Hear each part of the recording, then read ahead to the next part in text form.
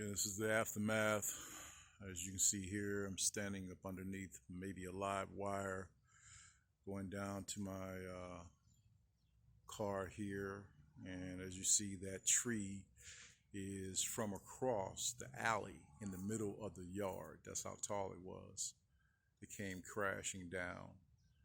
The black walnut trees here, as you can see, there were massive branches almost like this side that are now completely down. One of the other poles snapped in half. These utility poles might have been here since since 1968. I don't think Ameren has actually changed them. But yeah, as you can see here, this is the remainder of the devastation here.